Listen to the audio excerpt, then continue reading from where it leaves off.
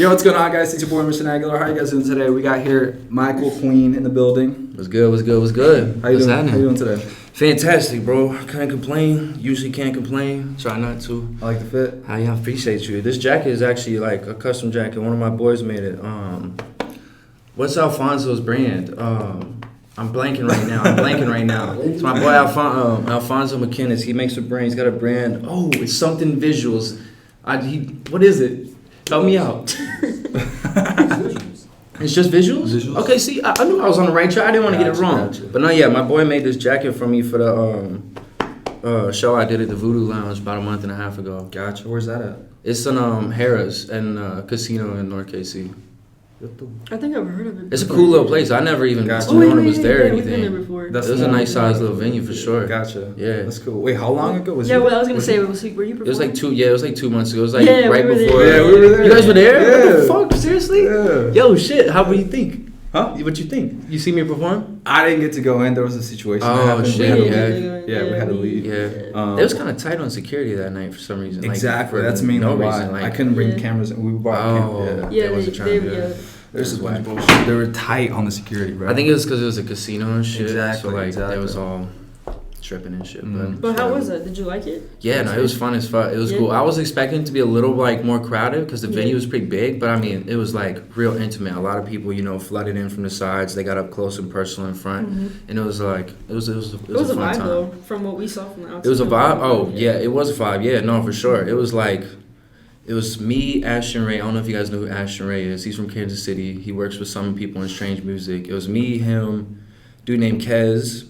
He's from Olathe. He's a rapper too. I don't know if you guys have heard of him. I don't think so. And then Liu Kang. I'm pretty sure you guys have heard of her. Yeah, she's so cool. She's dope as fuck. Cool. I love Liu Cool. Kang. We've actually talked about making some music this winter. I'm gonna try and get her on one of my next projects. Gotcha. That's cool. Yeah, It's hella. gonna be dope. Yeah, we want to have her on She's super podcast. dope. Yeah, She's super cool. Lots of dude. energy. I love her. She's dope. Just try hooking us up, but Yeah, just try to dude. say, like, we were the Like- backstage cameras or whatever. yeah? Yeah, but they were tight on the security, so Yeah, no, they was tripping that night. I had a problem getting some of my friends who like already had bought tickets to the show in, and I'm like, bro, what? Like, For real. yeah, but it was cool. It was smooth. It was smooth. So where's your journey start?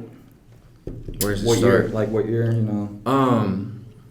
It could start at like 2 different points because I started writing music in 2017. Okay. And then I started making music in 2020. And I like to say I started in 2017, but I never really understood what I was trying to do with it. It was kind of just like I was saying, like I felt like I had to just out rap everybody. I didn't have like an idea of what I wanted to rap about or how I wanted to like the world to perceive me, how I wanted to put myself out there as an artist. So I just started rapping like a bunch of different bullshit songs, putting bars together. And then you could say that was like my, original start. But then in 2020 is when I was like, I love Drake, I love R&B music, I love soulful music. So I'm gonna try this. I'm gonna put it out there and see if people, accept it or, resonate with it, however. And they did. So I like to say the start was 2020, but the real start was like 2017, figuring out who I was as an artist and getting ready to actually make the music I want, you know?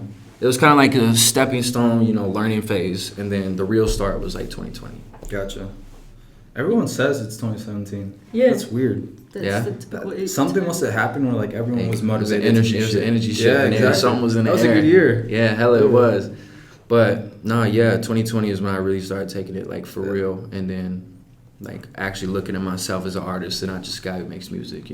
I started taking myself serious there. From that time, from 2017 to you said 2020, right? Yeah. Was that like you finding your sound still, or are you kind of? I'm still finding my sound like to this day. I think I found the lane I want to go with it, the direction I want to go, but I'm still trying to expand on my sound. I feel like I found the base, the foundation, but now I want to be able to do like all kinds of different stuff. I want to be able to get on a song with like Drake or Bad Bunny or Ariana Grande. I want to be able to do work. I want to work with anybody. Like I want to be able to make a song with any kind of artist, any kind of music, and shine and excel. So right now, I feel like I'm still figuring out my sound, but until 2017, that was just like not just my sound, like figuring out me, figuring out myself as an artist, and like how I want to brand myself or like whatever. And then, you know, ironically enough, the whole branding thing kind of went out the window when I made Mixed Emotions, and I went with like R&B music because I was like, I'm just gonna be me. I'm just gonna be raw. I'm gonna be real. I'm gonna give people me. And if they like it, great. And ever since I've done that, it's been a lot more. You know, people have been a lot more receptive of not just my music, but like me in general. So I feel like, you know, just honing in on who I was as a person and an artist first was the big thing before I had to figure out my sound. And now that's just coming, bro. I'm going to the studio, trying different things out, and it's just like clicking. I'm starting to like really, you know, fire on all cylinders and do all kinds of different like things. But that's also a big credit to my engineer. Yeah. Hollywood Iman. I want the camera to see this. He's a fucking genius. And I'm gonna give him his credit every fucking time I can, because he's the one person on the planet with my music career that's like understood my vision like to the T since I met him. And it was the first session I ever met him. We just clicked, and it was the first session I started recording Mixed Emotions. It was like it was meant to happen. And then I ended up recording the whole thing with him. Ended up recording everything else with him since. So that's a really cool dude. Did you get a lot of support though from when you first started? Yeah, it was more so like people from like my high school area, like the local area that knew me, and like not necessarily. I went to Lake East. Lake East. Yeah, okay. Yeah, I went to East, and it was more so like local people being like, "Oh, this is kind of dope. You're actually kind of good." And then when I did Mixed Emotions, I was kind of more out in the city. I wasn't so focused on Olathe and stuff like that. I met more people, been around more people, and like it kind of just like, you know, embraced it and ran with it. You know, like especially Lost in Motion. The shit I've been getting, the love I've been getting from Lost in Motion is crazy. That's actually like, it means so fucking much, because this was such a personal like album. It was such a personal like piece of, it was like I say it all the time, it's a piece of my heart, you know, it's a piece of my soul I put into 11 moments, you know, to give to the world. And this is like the love and the reception I've been getting from people is crazy. Like this is doing way better than any project I put out in the past. Like Mixed Emotions, any song is doing way better than that, and it's the most like, you know, vulnerable I've ever been in my life ever. And I think it's because it suits like how you said, like you found your sound. Because exactly. When I heard it, I was like, I heard like other songs too, but I feel like you were speaking, like you were, you know, like I could tell that you were. It just felt real, right? Yeah. That's what I'm searching for. That's my whole thing, is like, I want someone to be able to come listen to my music, whether they want to feel, you know, sad, upset, mad, happy, you know, joyful, whatever the feeling they're chasing for. I just want to be able to provide them a feeling. And that's something I feel like a lot of music lacks nowadays, is actual care. People are just, and you know, there's nothing wrong with the music that's coming out nowadays. There's a lot of good music still coming out, but I feel like it's so repetitive and like create. I feel like people are using a template to make songs instead of you know, like making a song, you know, making like a moment. Like I called the 11 songs on Lost in Motion moments, because you know, like you listen to that shit and like something from it is going to stick with you, or something from you is going to stick with that song, right? And that's what the best music does. It attaches to a moment in time, and that's why I love Take Care and Drake's music so much, because of the nostalgia factor, right? Yeah. You know, you listen to a music like 2017, right? It was a great year, great music, great times in 2017. You listen to a song that came out back then, it's going to draw you right back to that time, right? It's a feeling thing, bro. It's all it is, bro. I want people to feel things instead of, you know, just vibe out for a couple minutes, you know. That's cool too. There's music for that, you know, but my music is like a little more, you know, in depth. Gotcha. It's a little more well thought out than I would say a lot of music. I'm curious, what are your favorite artists at the moment? At the moment, or like all time? At the moment. At the moment, Drake. He's never gonna leave my top 3. He doesn't miss, bro. I can't take him out because he hasn't missed. You really don't. I really like Tuzi. Tuzi makes really emotional music. He makes like real, like raw. He makes like trap music, right? But it's like raw. It's like hood heart stories. You know, it's like a hood heartbreak. I love him. My favorite rapper out of the last 5 years is Lil Baby. No one's fucking with Baby out of the last 5 years. I love Youngboy too, not as much as Baby, but no one's fucking with Baby out of the new generation. Like, I'm gonna talk my shit on Baby. I'm gonna give Baby his props, because that motherfucker he's doing it right, bro. But and yeah, I think he's probably. He be be spitting though, like Exactly. real He stuff, just too. speaks, bro. It's like the real stuff, was always gonna prevail. The real's always gonna come to light, bro. You're People probably like, Lil Baby. That's Lil Baby's number one fan right yeah, there. yeah. Right there. Knows all the lyrics. He hard, bro. The first Lil Baby song I Well, heard was freestyle though. Yeah, That was, I feel like that was a lot of people's first Baby It was, song. yeah, that's like I know it from like the first couple albums Yeah. too, but that's a top song. That's from that dope. time, but Yeah, no, he's hella dope. He's definitely in my top 3 of rappers out right now. I would Gotcha. say like definitely Drake. Drake's been number 1 since 2009. Since I heard him. What about a different genre, like other than rap? Do you listen to like other music, other Um, artists that you like? So I do like to listen to a lot of music, but like since I've been making this album since June, it's kind of like consumed my entire like it's kind of like taken over my entire life, right? This whole album was like so special to me because of like why I was writing it, because I got my heart broke, so like that had me in this space. And then when I made this album, I wanted it to be so perfect, and I wanted it to embody like everything that I felt at the time. So I kind of like lived through this album while I was creating it. So I didn't listen to shit music besides fucking Liability by Drake, because I was sad. That was the one sad song. That was the one song besides my songs or like beats that I would play, because at the time I was just in a weird spot. But I do listen to other music. I listen to a lot of older music. I listen to a lot of like classic rock. My dad listened to a lot of classic rock. My mom listened to a lot of like early 90s, like early 2000s and 90s R&B. I grew up in like a soulful house. My mom would always clean the house on Saturday, and she'd have some fucking Mariah Carey in the background or some Whitney something playing, Yeah. have something playing. So like, I've got a background from different genres, but I probably should dive into some more. I don't listen to a lot of pop music. It's not really my thing.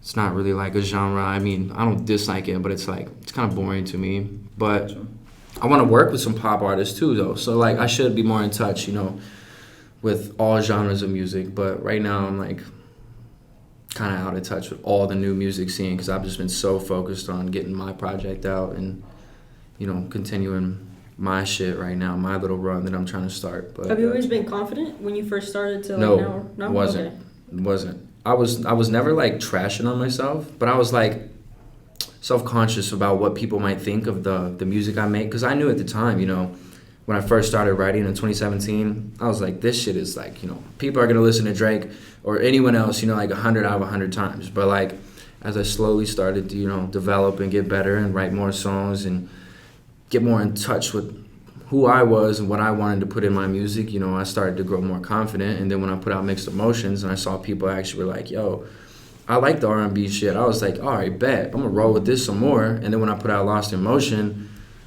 I mean, the love has been like honestly fucking insane. I got 30,000 on Spotify the first week, and I promise, I'll say this right now, because a lot of people will say that they don't promote their music, but they're behind the scenes putting money in it, okay? Yeah. I haven't put a fucking penny into this album, and it's over 100,000 streams on Apple and Spotify combined in the fucking first 2 months, right? Yeah.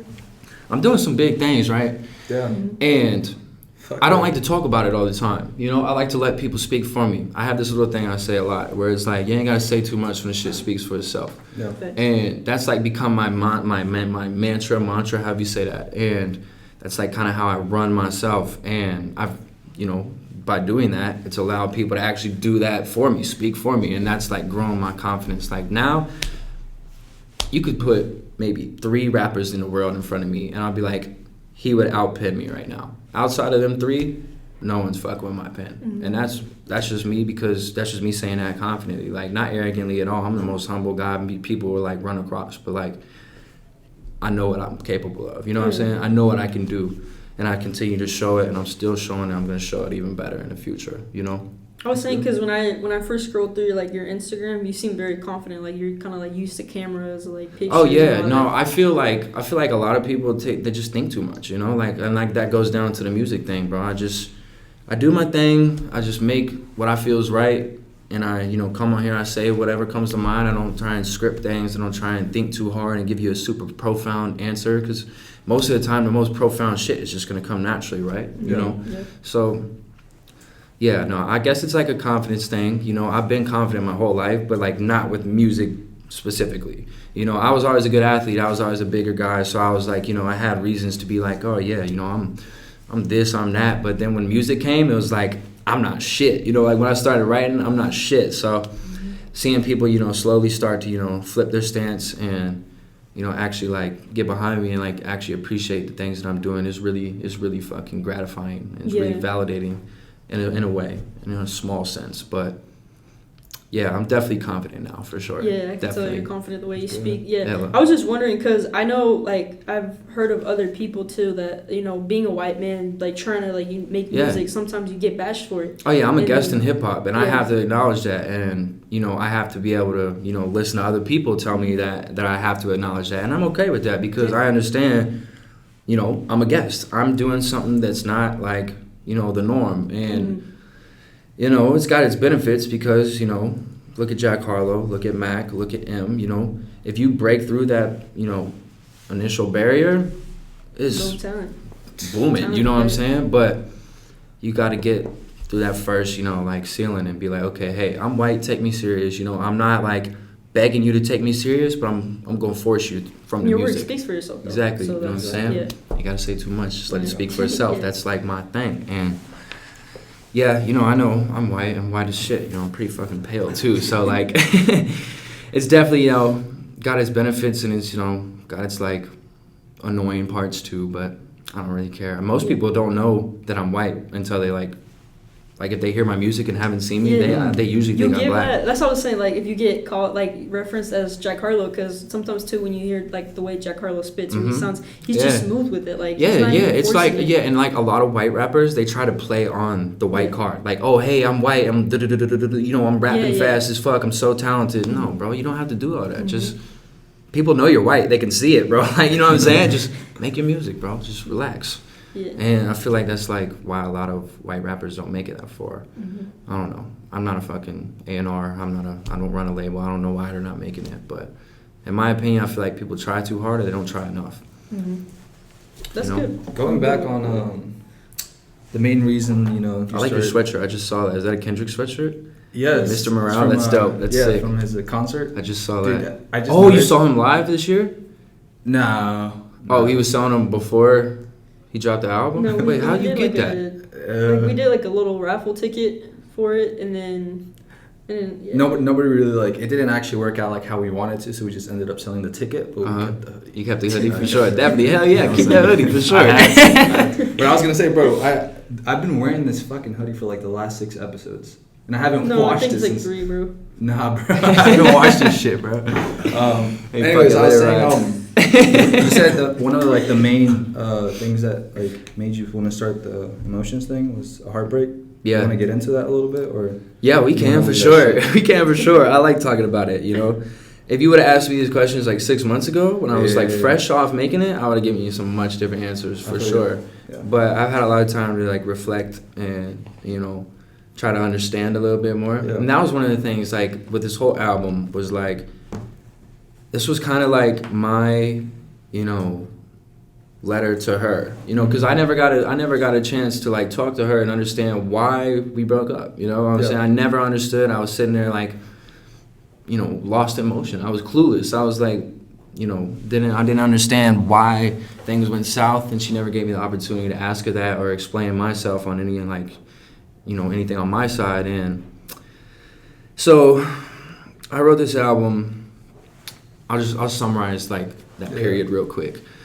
I started writing the album 2 weeks after we broke up. That first 2 weeks I didn't do shit. I was in my basement smoking bowls, just fucking sad, listening to Drake. Like I was fucking crushed. But you know, I got out of that little slump and I was like, you know, I'm gonna make some fire shit from this. I'm gonna bring some light to this dark situation. And I sat down and I came up with the idea of Lost Emotion. It was because I was listening to Mr. Morale and the Big Steppers, and I was listening to We Cry Together, the song with the girl, I can't remember her name, but they were like, it's the song where they're arguing. It's like a dialogue, and they're arguing back and forth, and I was sitting there like, wow, bro, this is fucking crazy. This is literally like, this is like fucking awesome, and it like inspired me to want to do something like more well thought out, and a little more like meaningful, and something that was like, I wanted to get vulnerable because I was vulnerable at the time in my, you know, personal life. I was sitting there just fucked up, you know. So I was like, fuck it. I'm going to put all this, you know, emotion and all these emotions and all these thoughts and these feelings into, you know, songs. And then,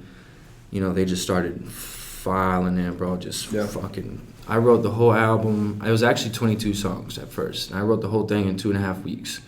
And I was nonstop. I was just pen for like 2.5 weeks straight.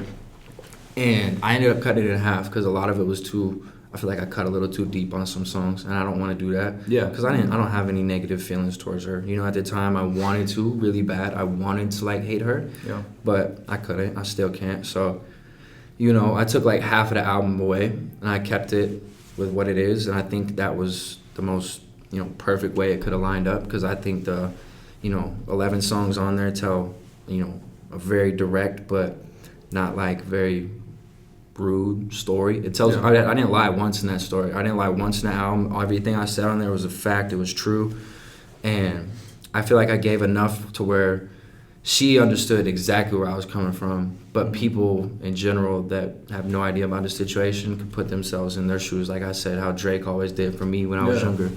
So, yeah, I wrote the whole album in 2 weeks, 2.5 weeks, and then I flew out to California and I started recording it in the beginning of June. And recorded the whole thing in June. Had it all recorded. And I sat with it for like 4 months. And then at the beginning of October, I went out there to film Althea's Interludes music video. And then we touched up the whole album, mixed and mastered the entire thing. And then it came out, you know, perfect. I loved it. I was so happy with what it was. I knew this was exactly what it was meant to be. It was 11 songs, 11, 11, 22. It was like, all these little things were like, you know, reassuring me that this is right, you know?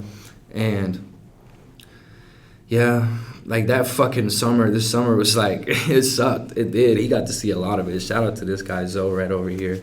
You guys can't see him on the camera, but that's my dog right there. He kept me held down this summer, bro, because he got to see a lot of like just real emotional shit. I never let myself get emotional until this year.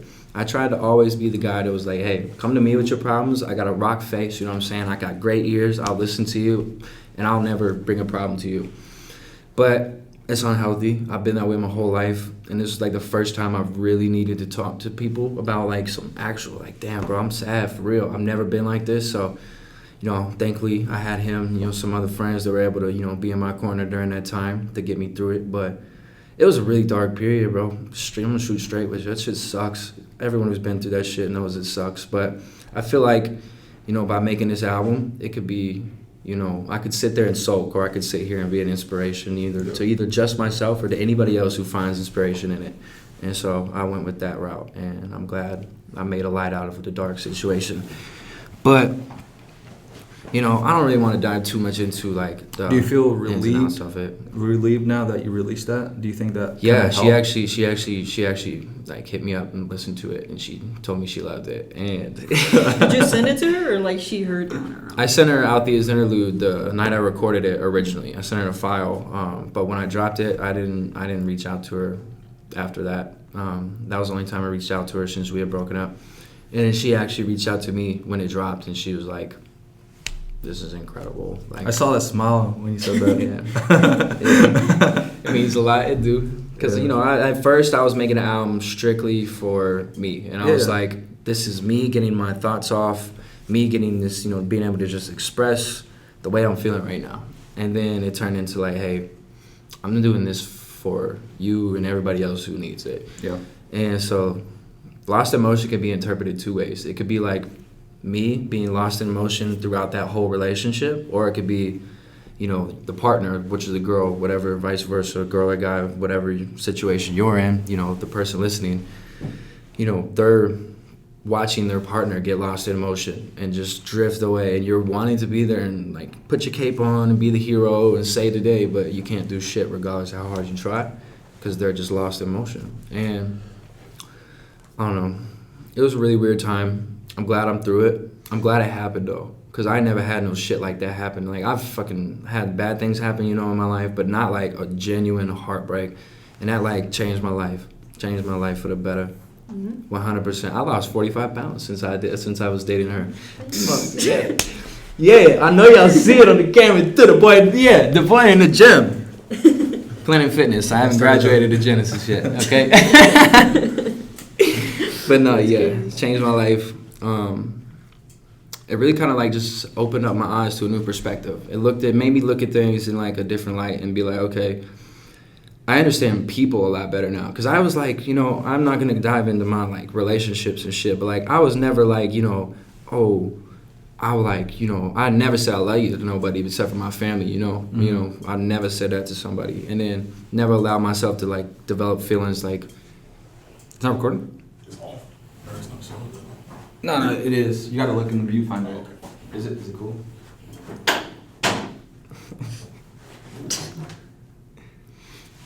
Oh, yeah, you're good. Gotcha. Okay, I'm like, oh! No, you're good. All right, bet. My bad. But no, yeah. I, like, never allowed myself to, like, get involved in a serious relationship because when I was in high school, my freshman year in high school, I had the same thing happen to me. I had a girl break my heart, cheated on me.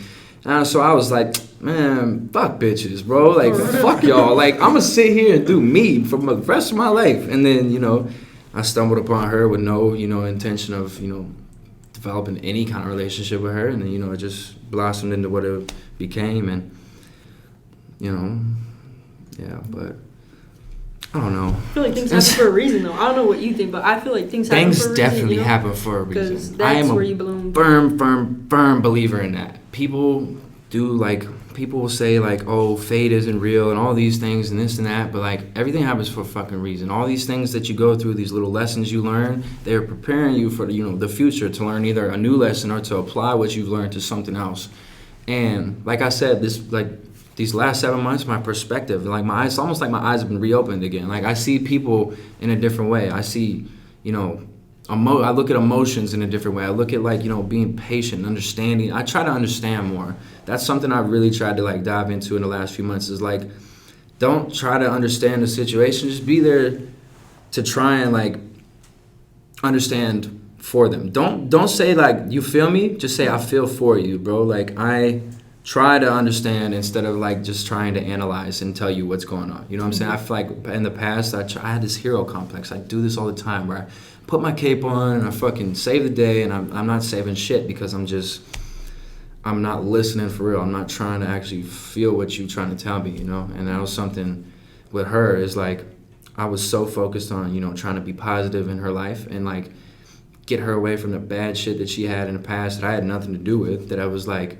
turning me into this, like, lecturer, you know what I'm saying? And it was like, instead of just trying to listen to you and, like, help you out, I was sitting there trying to tell you what to do and fix you.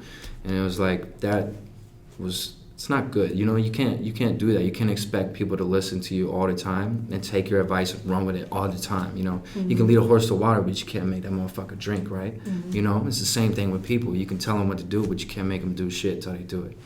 And, you know, just trying to understand humans a little bit better and, you know, be a little more patient and, you know, kind, I guess. I've always been kind, but, like, just, like, genuinely be kind to everybody, you know. That's something I've really, like, picked up on in the last few months. Because, like, I was never a dick at all. But I was kind of, like, abrasive and standoffish. And, like, if I talk to you, I talk to you. You know what I'm saying? And now I'm like, man, I love you. I love you. I love you. You know what I'm saying? It's love, you know? And it's like, that was one of the biggest things I took away from that relationship was just the way that my mind was able to, like, look at people and, you know, situations in a different perspective. And I say you go farther, though, because you become humble. Yo, yeah. I believe that everything you give comes back. Everything comes back around full circle. Mm-hmm. Cole said that, you know, like, it does. And, you know, it did humble me. It was a very humbling experience because, you know, at the time I was like, oh, you know, this girl's been with a bunch of shit in the past, you know. I'm doing music right now. I'm popping, you know what I'm saying? I wasn't popping for shit at the time. But in my head, you know, I had made up the, like, oh, yeah, I'm popping, like, you know, and it was, like, kind of like a wake-up call, like, kind of like, motherfucker, you ain't on shit right now, bro. Like, you getting stuck right now. And, you know, it definitely humbled me. And then writing this album was, like, such a vulnerable, humbling experience in itself. Was, like, you know, just added to all that. And I feel like that shaped the way that I'm, you know, carrying myself nowadays. You know, that was a big part. It played a big role in how I carry myself nowadays. And, you know, I don't think I'm better than anybody. I used to feel like I was, like, gifted, and I'm not. I'm gifted for sure, but everyone's gifted. Everyone has an ability to do something crazy on a massive level. They just have to recognize it and acknowledge it and chase that shit. Yeah. God gave me a voice, and gave me all the fucking inspiration I needed. And I feel like that's all I need right now. I got the tools to do it, and I got the motivation to do it, you know? And in the most humble way possible, I want to be the biggest artist on the fucking planet. Like, I want to be a superstar. I want to be fucking giant. And this is like no knock to anyone from Kansas City, but all these people in Kansas City, all these artists that are like, oh, it's so hard to get out of here. It's so hard to make music here. It's not hard, bro. It's not. You're looking at it wrong, bro. You're looking at it wrong. You're trying to look at it in a dark, negative, way. And it's like, if you come at people and you're just raw and you're like, hey, I make music, don't fucking support it if you don't want to. Support it if you want. But if you try and force people to like get behind something, they're gonna pull away, It's not gonna work how you want it to. And I don't know. I feel like Kansas City's capable of a lot, and I want to make this fucking place big. I want to make Kansas City a powerhouse. I want you to go walk down by the T-Mobile Center and be like, oh shit, that's fucking so and so, or right over there, that's so and so. Whoever. I want superstars to walk around here. I want people to feel excited when they come here. I want the people that live here to be excited to live here. And be like, that's him or that's her. Like, they're doing this shit for us. Like they're putting on like. Shout out to Sleazy, shout out to D-Walk, shout out to Kai, shout out to everyone that's out here doing shit on a good level that's actually doing it for the right reasons. Mm-hmm. But, like, we've never had a superstar. Shout out to Tech and not shout out to Tech 9. I'm not going to cut that part. Cut that part. For real, cut that part. Fuck, cut that part. But, yeah, no, I'm not going to get into that on the camera, but we can talk about that. It's funny that after. you say, right now you're talking about, you're inspired in all this. You want Kansas City to blow up because our last episode was what was it called? Why Kansas City is the worst place. I saw that. Kansas City is the worst place. Yeah, and that's why I wanted to touch on it. And no offense to you guys or that guy or whoever. No, it's just like it's just clickbait. Yeah. It's like I've heard that so many times, and I've been a victim of saying it too. Like, I've been like, man, it's such a small market here. People don't want to support you, and it's like. Yep. It was a matter of changing the perspective. Like I said, like it was like when you look at things and it's like, I'm not going to force you to like me. If you don't like it, cool. If you like it, cool. I'm making it for you in case you ever want to come back to it and try and feel something. I'm not doing it to fucking be loved, That's great. I love the fucking feeling of people showing me love. I love that. If you ever see me and you come up and be like, yo, I love your music or like anything, appreciate it all, I love you for bringing that up to me. Like, that means the world to me. It's like, it really does. But anything can happen anywhere. There's people that come from shit situations that make millions of fucking dollars and change their whole world and change their whole family's world and change their whole fucking community's world. Like, that's the shit I'm looking at. Like, I don't look at things right here in front of me. I look at everything. And, sometimes that's good and sometimes it's bad and sometimes I have to hone in and lock in on what's right in front of me. But a lot of times my sights are set on, like, such big goals, and it's like, until I get there, I'm never going to be like says. I have such a fucking drive, bro. Like, I drive a fucking 4-cylinder outside. I don't drive a fucking V12 crazy nice car. But the drive in this motherfucker is like a Bugatti. Like, you're not going to fuck with me. You know what I'm saying? Like, you can do whatever you want to do. You can say whatever you want to say. But my drive ain't going to stop until I'm a fucking superstar. And I'm up here with the likes of people that I grew up being inspired by and listening to. Like, a lot of people say they want to be big, but I don't think they even fucking understand how big or where they want to take it. I know where I want to take this shit. Like, I want Grammys. I want fucking platinum diamond records. I want all this shit. I want all the fucking glory. I'm in it for the glory, not the honor mention. It's a Drake bar, ironic enough. You know how much I listen to him. I'm in it for the glory, not the honor mention. I want fucking all of it, bro. Yeah. Not for selfish reasons, though. I want all of it so I can share it. I want to give a lot. I want $100 million so I can give fucking 90 of it away and then keep 10 for myself and my fam. Like, I want so much shit to do. There's so many things I want to do once I got the... Yeah. Once I got the resources, bro, it's like... It's going to be crazy. But I can tell that you have a vision and you know what your plan is. Yeah. Because I feel like sometimes, too, whenever we talk to people or, just anybody that we talk to, sometimes we can tell when they bullshit. Like, yeah. Because there's people that have a vision, but they don't know how to plan it to get there. Yeah. And we can tell when, like how you are, what step to step. Mm-hmm. You might know if it's not perfect, but you're going to take it because you want it to take Exactly. So, I have a very specific idea of where I'm trying to go. And that's because I studied, the people that I've studied are like the likes of like Drake, J. Cole, Kendrick, big Pac, like big superstar names, like people that have been able to like break through that like original like, oh hey, Drake is a sad boy, this shit's not gonna work, we're in the dirty South era right now, what the fuck? And then we got, you know, Big and Pac coming on with reality rap and taking that shit to mainstream, and all these like fucking CNN and all these people are talking about it in the 90s. It's like, I'm trying to do some shit that's pioneer. Like, I'm trying to pioneer a new like genre, or not even a new genre, like a subgenre, like a new generation of like, not just rappers, just like music, you know, like we go through a cycle, rap music specifically goes through a cycle, like every like 6 to 9 years. We get soulful, we get a little more in touch with our emotions, and then we go to banging shit, and then we go back to soulful shit, and then we go back to banging shit. It's a constant back and forth of people are like, we miss this, but we're tired of it now, so we want this, and we're now, you know, vice versa. And we went in the 90s, we had, you know, NWA, we had reality rap, shit like that. And then what did Puff Daddy do? What did P. Diddy do with Biggie? He made him make Juicy. You go that song, you know what I'm talking about? Yeah. That song, he made him fucking put an R&B hook in the middle of some bars, and there was like, oh, this is hard. And then that's why early 2000s, you had so many R&B hooks around bars. And then we went to like Gucci, T.I., Young Jeezy, that kind of era. And then who came around Say Today? Well, not Say Today, but changed the game. Drake. You know, and there's other rappers that I'm missing too. I'm not gonna name every rapper that changed the game, but like Drake came around and shifted the sound. Drake evolves from different sounds exactly. That's what makes him so great. People don't understand Drake really can rap. Like he grew up listening to Andre 3000, who's one of the top 5 rappers in my opinion all time. Lyrical ability, Andre, he's top 5 in my eyes.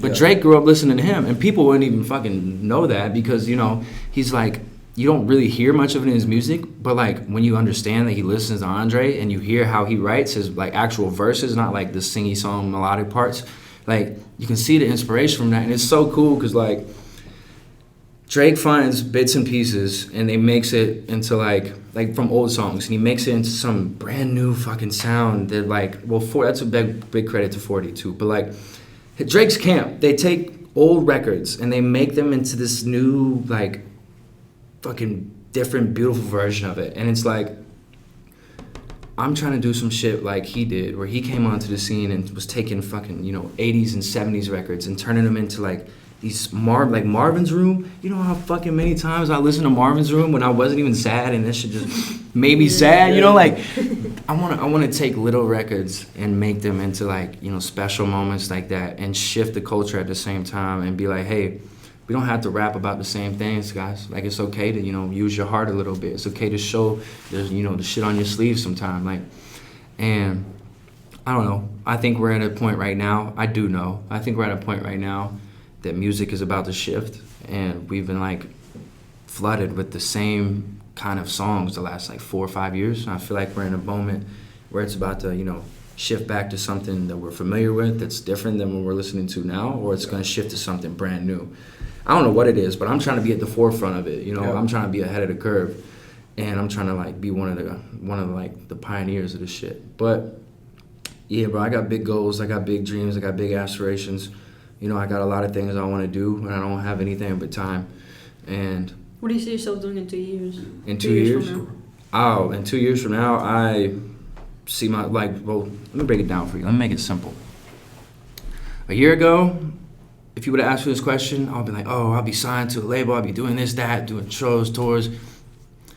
In 2 years, I'm gonna be so fucking good at making music that it's gonna be undeniable. I'm gonna be able to go to any venue I want. And you know what this is called right here? It's called speaking things into existence. And I'm a firm believer in that shit. I know you guys probably do that shit too. You guys, you know what I'm saying? Like, I hope you do, because the universe hears that shit. God hears you, you know what I'm saying? When you talk and you tell people, this is what I'm gonna do, and then you go do that shit, it's gonna happen. You know what I'm saying? It's gonna happen. You're giving people no choice. That's what I'm saying. Like, I'm trying to be undeniable, and that's what I plan on being in 2 years. Is maybe not the biggest, but I'm definitely not gonna be here. And maybe I will be the biggest. I don't know. I'm not God. I'm not a fortune teller. I can't read the future. You know what I'm saying? But I can say I'm gonna be much further ahead than where I am now, and I'm gonna be doing a lot more shit than I am now, and I'm gonna be doing a lot more for a lot of other people than I am now. And that's what's going to, you know, ultimately drive me to get there. And I don't feel like I'm ever going to get to the point where I get comfortable, or I get, you know, I settle and be like, I did it. This is cool.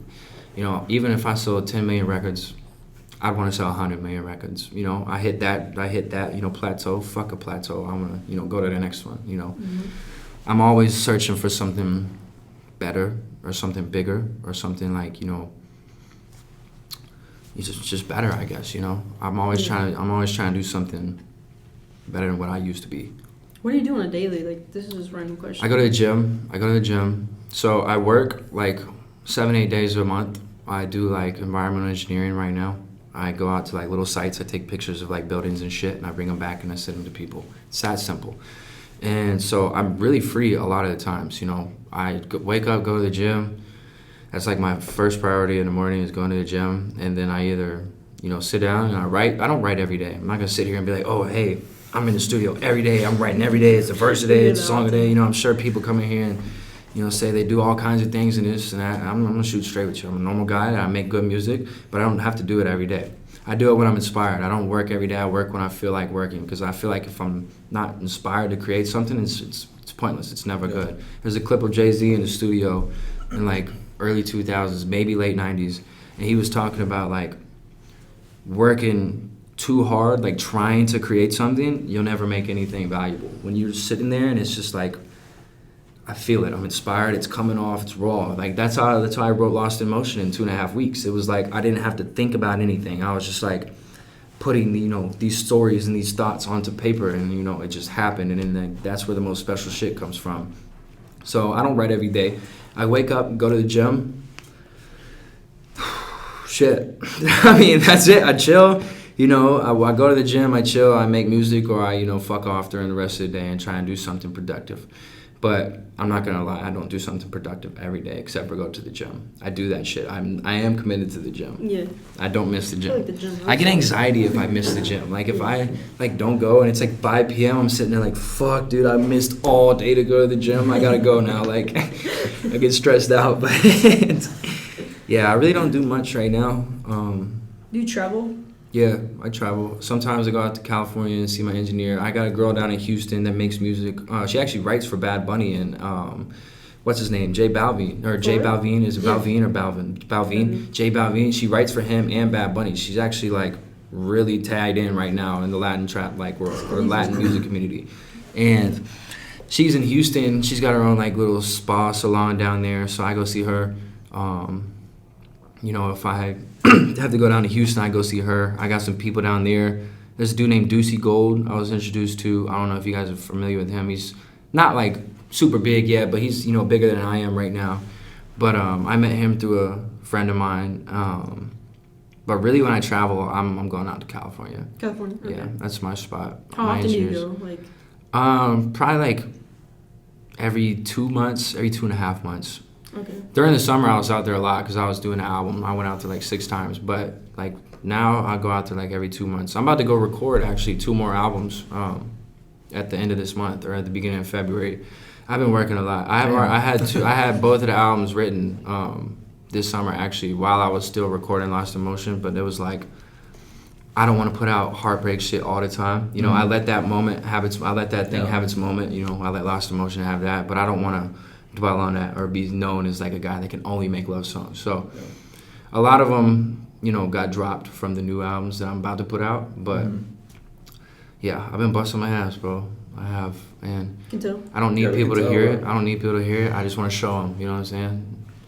Go look on Instagram, YouTube, wherever wherever you get on social media, you'll see it. I don't have to show you every single day or tell you what I'm doing. I feel like that was one thing that like I used to feel like I had to do. I used to feel like I had to explain myself and my vision to people so they would try to understand, but unfortunately no one's going to be able to understand. It's a set of one-of-one glasses, you know what I'm saying? I'm not wearing shades right now. It's just a perspective thing. Like, like no one can see through my lens. I can't see through yours. I can't see through yours, But at the end of the day, when I put it out there and you get to see it for yourself, you're gonna take it for what it is, That's all you can do, Yeah. So I don't like talking about myself unless people ask me, And then again, I still don't like doing it because I like to let shit speak for itself. That really is, as cliche as it sounds, it's literally what I like to do. Like I've said that the last 2 years. Let the shit speak for itself. Yeah. That's it. But And it has. I mean. Yeah. You know, like shout out to everybody around here that's been like, you know, getting behind me and pushing me, because I don't know if you got anything to do with this or if Zay's got anything to do with this. I don't know anything, but I've got like, when I dropped Lost Emotion, I had like 1,000 people from fucking Phoenix listening to it. I mean, everybody live in Phoenix now, so. That's what I'm saying, but like Phoenix, I was like, bro, like, I got people really getting behind me now, and it feels really good. It feels really like, I really appreciate that shit, because the people that know me, like personally, they know how much I genuinely love making music and like why I do this shit. And, you know, to see other people, you know, appreciate it is really nice.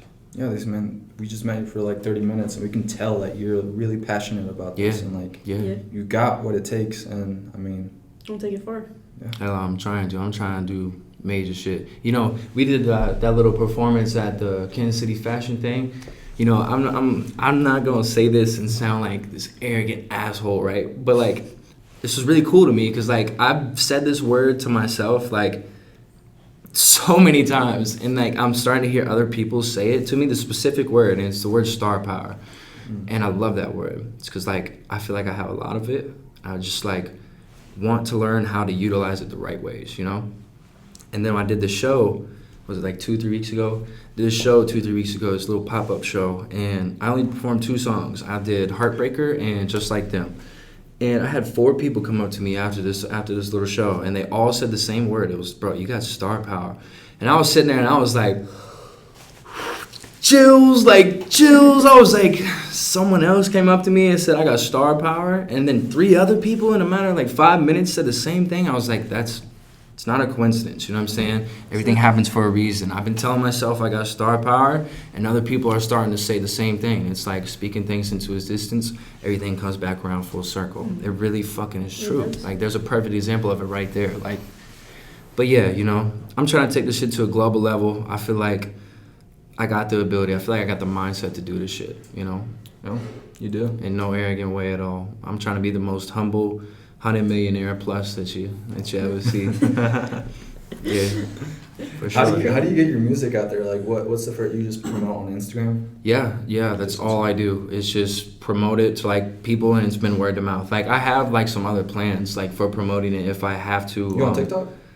Yeah, but I don't know how to fucking use Bro, TikTok. you should make a video of like, kind of like Jack Harlow's twin. I feel like you could blow up from that too. See, I've had so many people tell me that, like, oh, dude, if you just played into the Jack Harlow thing, like, it would go viral as fuck.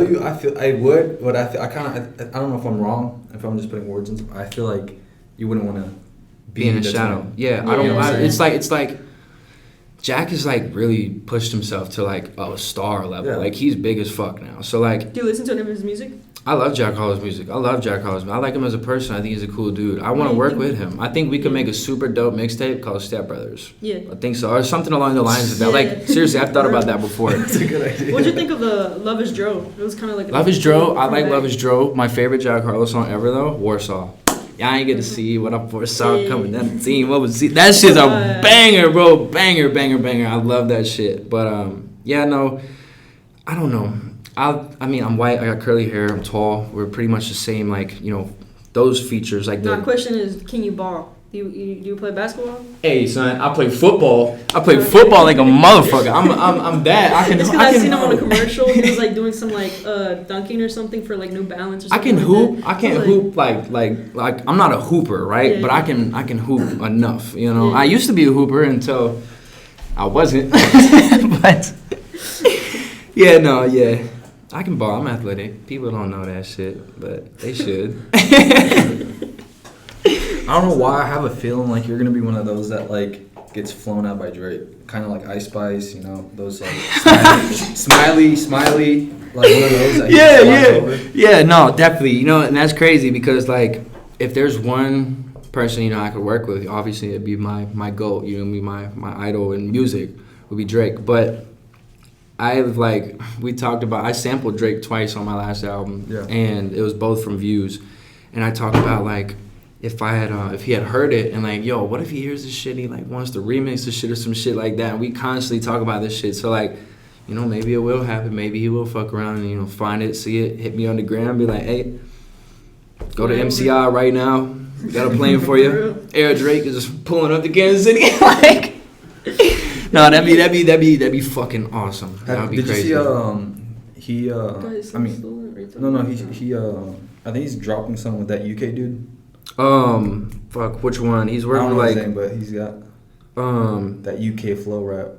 Yeah, that shit's actually like popping right now. Yeah. That shit's starting to pop, and it's actually hard. So that shit's bro, hard Drake for real. Is so smart. He like see, yeah, that's Drake's genius is his fucking his ability to stay relevant and like. I don't like when people say Drake hops on waves and like rides other people's waves. He doesn't necessarily do that.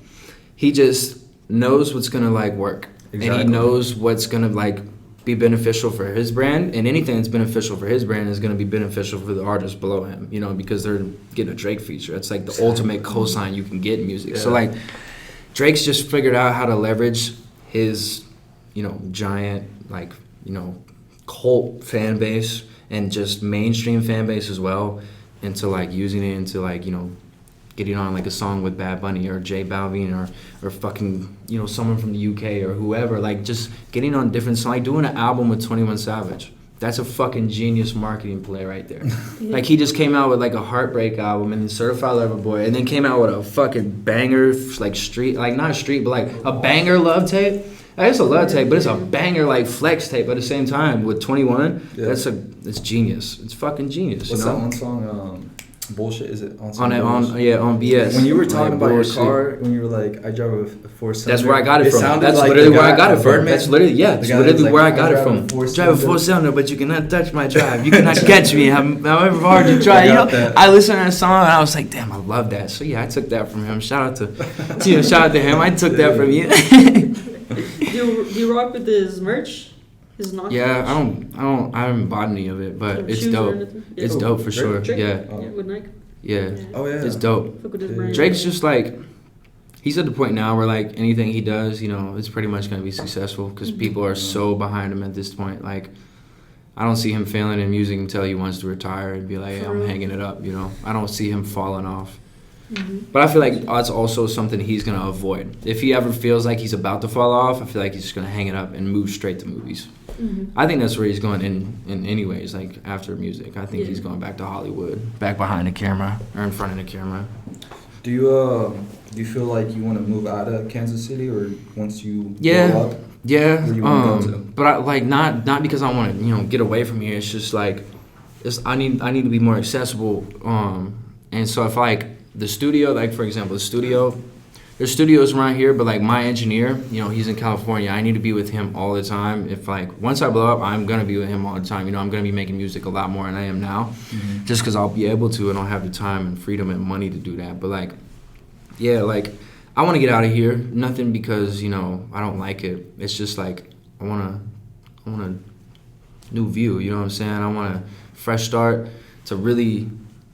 Start running with his music shit. And, I want to come back here eventually. Maybe. I don't know. I say that now, but, 20 years down the line, I might not. But Kansas City is a great place. Nothing wrong with it. But, like, I see myself definitely, scattering once money comes in. And not in, like, a bad way. Like, I don't want to just, like, abandon the city. I'm not saying like that. It's just, I feel like every artist is going to get to that point where they're, big, where it's going to be like, hey, I'm going to be all over the place all the time anyway. So it's like, get behind me right now and then watch what I do for the city when I'm able to come back, How did you find your engineer though? Like, how did you connect from That's a really cool story. So I was throwing a house party, right? This was in November 2020. I was throwing a house party and I was fucking drunk and I was sitting there and I was emotional. I was getting emotional and I was like, man, I'm trying to go to the studio right now. It's only like 11 p.m. Like I'm faded at like 11. And my boy Dalton, he was like, I'll drive you up there right now. And so the studio I was going to at the time, they were booked all throughout the rest of the night. And so I went to FSP and the one guy in there from midnight to 6 a.m. was Iman, the guy, my engineer. And he moved to San Diego, I think 7 or 8 years ago, but he was back in town for like a month or so because his parents had COVID and he like wanted to make sure they were okay and shit. So he was just getting some work while he was back in town and he knew Steve, the owner of FSP. So he like, was doing the graveyard shift from midnight to 6 a.m. And I just walked in there and I had no idea who he was. So I was like, "What's up, bro?" And I started, recording. We just clicked, and then he was like, he actually the first night I recorded with him, he compared my pen to Drake. And that was like, at the time, I was like, oh my God, this is fucking awesome. You just compared me to my like idol in this music shit. And like, this the first time I met you, I was like, you get it, bro.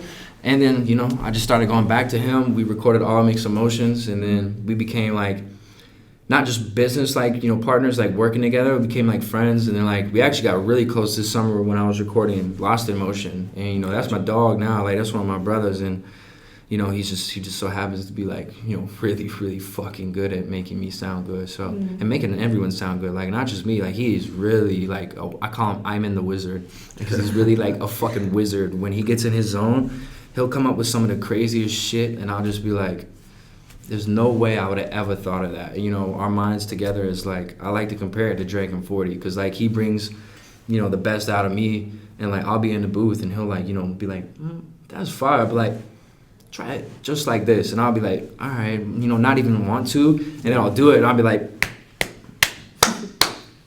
you got it, all right, that's a dub, and but yeah, that was a really ironic story. I wasn't planning on ever meeting him, came across him because my studio was booked, and then it was just magic. Meant to be type shit. Yeah, meant to be, literally. Yeah. Everything happens for a reason, right? Yeah, we've been shooting for like almost an hour now. Shit. It doesn't even feel like that. Nice. Where can they listen to your music? Everywhere. I'm on Apple, Spotify, anything you like listen to music to on, just look up Michael Queen. There's no one else with my name that makes music right now, so I'll be the only thing that pops up, Michael Queen, Mixed Emotions, Lost in Motion. That's all I've dropped so far. I'm about to drop another album in like a month and a half, 2 months, called Stuck on You, and that's the only time I'm gonna say anything about it. So yeah. Gotcha. Anything else you got, Nye? I just appreciate you guys having me on. No, we appreciate it. This was fun. This was enjoyable. I actually appreciate it. You guys asked some good questions too. I like that. It wasn't just like, oh hey, like, how do you like make music and shit? It's like I like to like thought, the actual in-depth questions. We usually go all over the place. Like sometimes like. But we don't even talk about music sometimes. Yeah. But it depends on the person. Feels, sometimes people just reply really dry. Right. Like, okay. So. People. This episode I feel like I didn't even talk that much, just because I really enjoyed listening to what you were saying. It's cool, Appreciate. And it was about the album too. So it's about the album. So I think it was a pretty good episode. The best one we've had. For sure. Yeah. Oh yeah, most definitely. And the longest one in a while, I think. Yeah. So that's good. That's good. We love the longer the better. Yeah, for sure. Give them some shit to watch. But yeah, thank you guys so much for watching. Make sure you guys go follow the boy. Please do. What's your Instagram again? There Go Mike. ThereGoMic. We'll link it down below and stuff too. It's on all the plats. There Go Mike. Anything else? Michael Queen. Spotify, Apple, Michael Queen. You know where it is. Ain't gotta speak too much when shit speak for itself. You're. Alright, thank you guys so much for watching. Make sure you guys leave a like and subscribe. Comment down below if you have any questions, and we'll see you guys in the next one. Peace out.